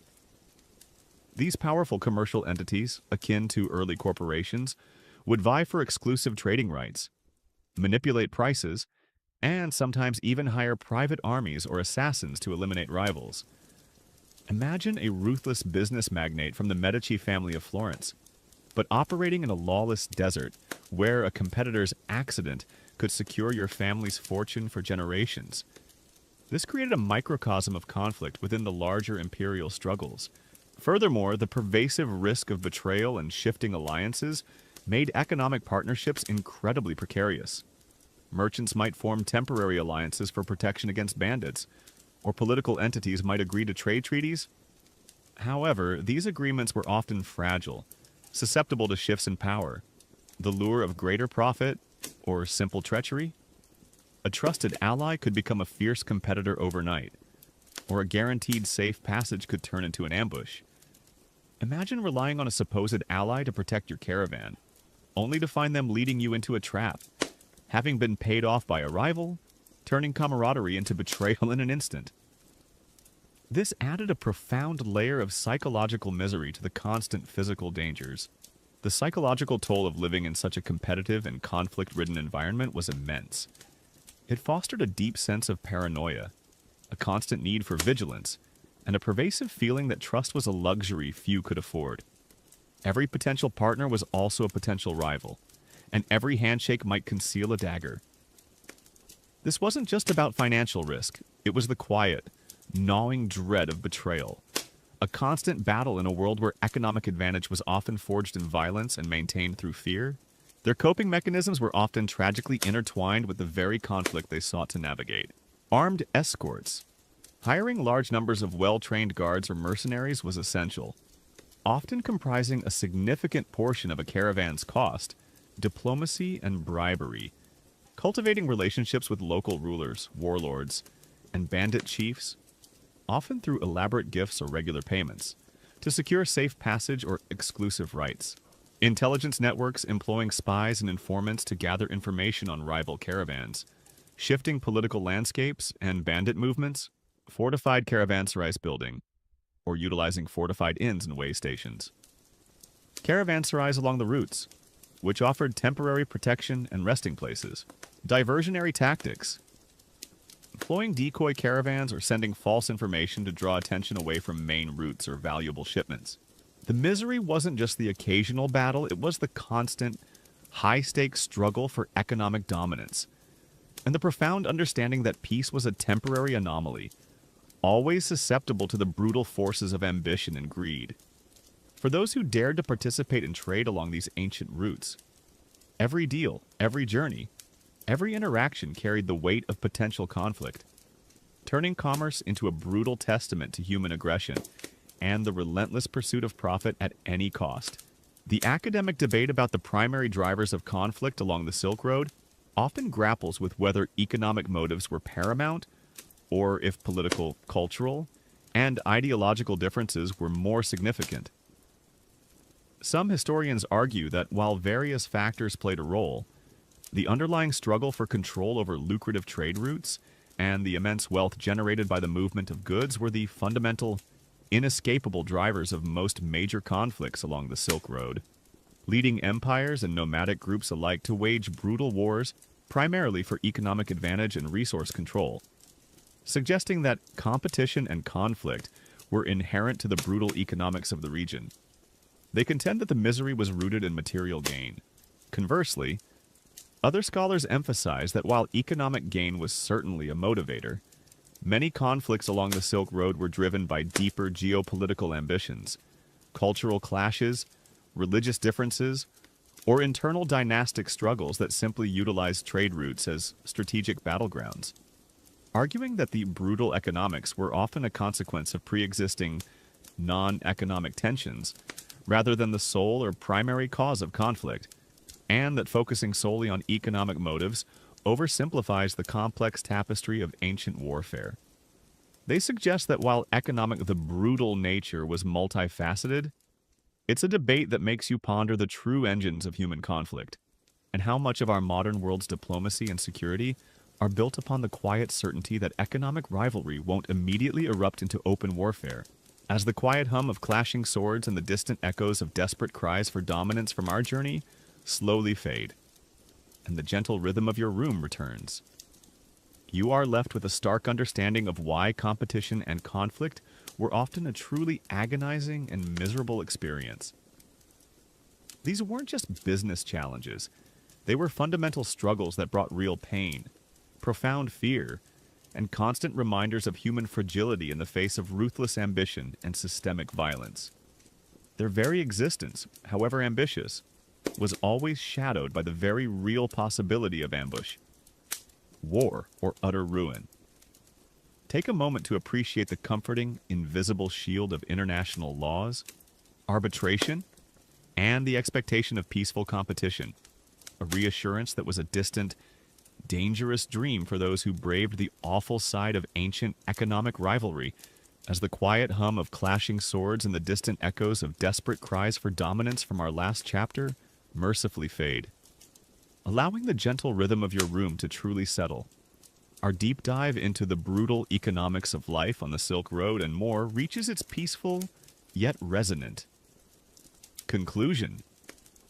This final chapter brings us to modern echoes and lessons, a reflection on how these historical struggles, though centuries removed from our meticulously regulated and technologically advanced societies, continue to resonate, often subtly, within our contemporary lives, offering profound insights into the enduring human experience of global commerce. Imagine, if you will, Looking around your own room right now, you're likely surrounded by an array of comforts and conveniences clothes from distant lands, electronics assembled across continents, food products from every corner of the globe.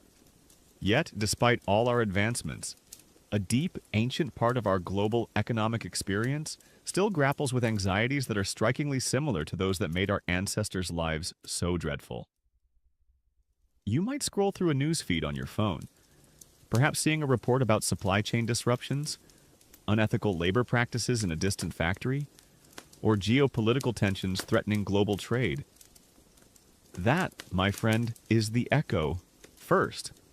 Let's consider the enduring fragility of global supply chains.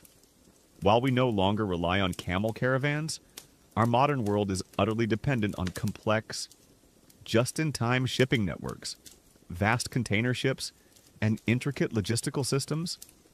A single blockage like the Suez Canal incident, a pandemic-related port shutdown, or a regional conflict can still cause widespread shortages, price spikes, and economic chaos.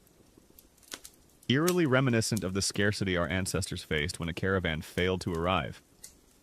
Remember Chapter 2's Scarcity's Iron Grip? We've replaced dusty desert routes with digital tracking, but the underlying vulnerability to disruption is remarkably similar, just on a much grander scale. Imagine waiting weeks for a new car because a tiny microchip factory on the other side of the world shut down. It's like discovering that your ultra-modern fortress has 1,000 tiny, invisible medieval-era flaws. The most disturbing echo of past economic brutality is the persistent exploitation within global labor practices. While overt slavery or indentured servitude is largely, though sadly, not entirely a thing of the past, many modern industries, particularly those producing cheap consumer goods, still rely on low-wage labor, unsafe working conditions, and a profound power imbalance between workers and corporations. The human cost of labor, though often hidden behind layers of subcontracting and complex supply chains, still exists. Recall Chapter 6's Human Cost of Labor, reminding us that the relentless pursuit of profit often comes at the expense of human dignity and well-being. Imagine your favorite t-shirt, its journey from cotton field to your closet, having passed through hands toiling for meager wages in dangerous conditions, their misery invisible in the final stitch. It's like admiring a sleek new gadget, but the plastic was molded by someone working 16-hour days for pennies, a common historical fact. The collapse of the Rana Plaza garment factory in Bangladesh in 2013, which killed over 100 workers producing clothing for major global brands, starkly illustrated the brutal realities of modern supply chains. This disaster, along with ongoing reports of sweatshop conditions and child labor in various industries, serves as a grim parallel to the human exploitation inherent in the ancient luxury paradox, Chapter 7, highlighting how the pursuit of cheap goods for global consumers still carries immense human costs, often borne by the most vulnerable populations in developing nations. Imagine the scale of human tragedy that lies beneath the price tag of a cheap shirt. One particularly grim, lesser-known echo from the past involves the race to the bottom in terms of environmental regulations and labor standards in competitive global markets. Just as ancient merchants and empires would exploit the most unregulated or desperate regions to gain an economic edge. Remember Chapter 9's competition and conflict, leading to violent struggles for resources. Modern corporations sometimes seek out countries with lax environmental laws or minimal worker protections to reduce costs. This leads to pollution, resource depletion, and worker exploitation that might not be visible to the end consumer, but are direct consequences of global economic competition. Mirroring the arbitrary and often destructive practices of ancient tax collectors. Chapter 4, or Rivals Who Poisoned Wells. Imagine your consumer choices, unknowingly contributing to an ecological disaster in a distant land, all to save a few dollars. It's like a quiet, invisible war over resources, fought in the boardrooms and factories, with the environment and human dignity as collateral damage. The enduring challenge of currency stability and financial fraud is another powerful echo. While we have central banks and digital currencies, Issues like hyperinflation, currency manipulation, and sophisticated cyber fraud still threaten global commerce, causing immense economic instability and eroding trust. The anxiety about being cheated or having your wealth devalued still exists. Echoing the currency chaos, Chapter 5. Our ancestors faced when dealing with unreliable coinage. We've replaced clipped coins with digital scams, but the underlying fear of economic deception is remarkably similar, just operating on a different technological plane. It's like trying to navigate a vast global digital marketplace where invisible forces can still make your money disappear. Consider also the geopolitical struggles for control over strategic trade routes and resources, which persist to this day. From disputes over shipping lanes in the South China Sea to conflicts over oil fields or rare earth minerals, nations continue to engage in economic and military competition to secure access to vital resources and transit points. This directly echoes the brutal conflicts waged by ancient empires. Remember Chapter 9's competition and conflict over control of key oases and mountain passes along the Silk Road, demonstrating that the fundamental drivers of economic conflict remain timeless, simply updated with modern weaponry and diplomatic jargon. The misery isn't just the memory of past hardships, it's the realization that some aspects of our economic vulnerability are timeless. Despite our comfort, we are still dependent on complex, often fragile systems for our well-being. Our food still travels thousands of miles, our clothes are made by distant hands, and our security can still be threatened by disruptions far from our immediate view. This humility, this deep-seated understanding that global commerce, however advanced, still carries echoes of its brutal past, is perhaps the most profound lesson learned from our ancestors' struggles. Their contemporary coping mechanisms are far more sophisticated but still rooted in the same human impulses. International regulations and treaties efforts to standardize trade, labor laws, and environmental protections, though often imperfectly enforced. Diversification of supply chains, companies seeking multiple sources for goods and raw materials to reduce reliance on single regions. Technological innovation, investing in automation, AI, and advanced logistics to reduce labor costs and improve efficiency. Though this often creates new ethical dilemmas.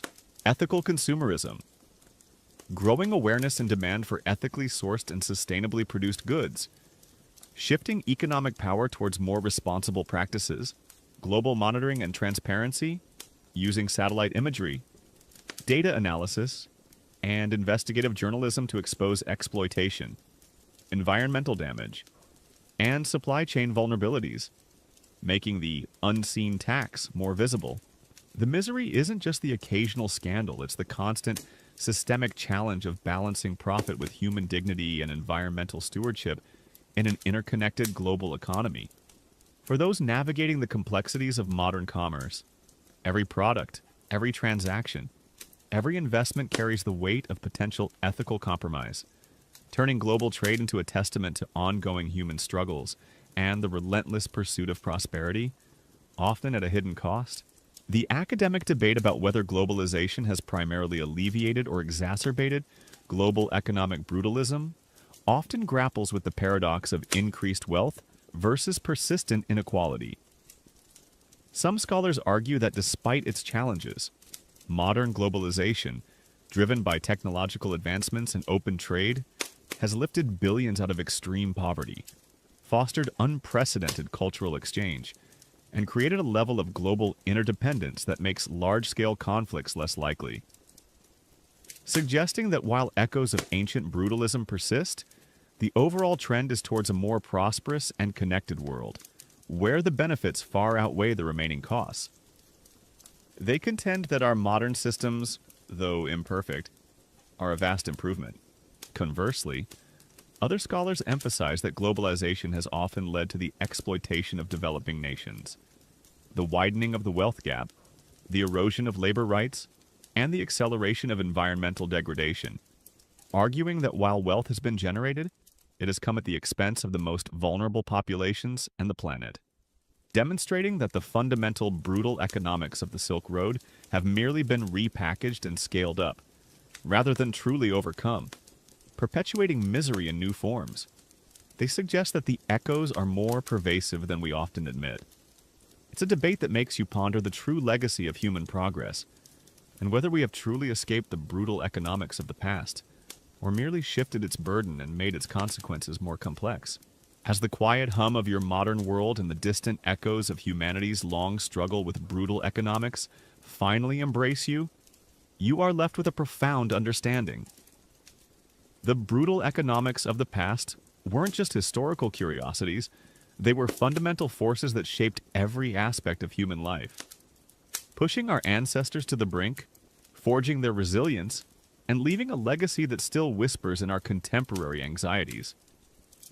But tonight, there are no bandits threatening your goods, no arbitrary taxes demanding your last coin, no invisible plagues sweeping through your caravan, and no brutal labor forcing your body to its breaking point. The harsh realities of the past are now illuminated by scientific understanding and confined to the fascinating, yet sometimes grim, realm of history. So, let the echoes of these historical miseries fade now. Let the discomfort of past pain and the anxieties of forgotten perils dissolve into the quiet hum of your night. Your body grows heavy, your mind serene. Just rest now, and let the quietness of your peaceful space guide you into a deep, restorative sleep.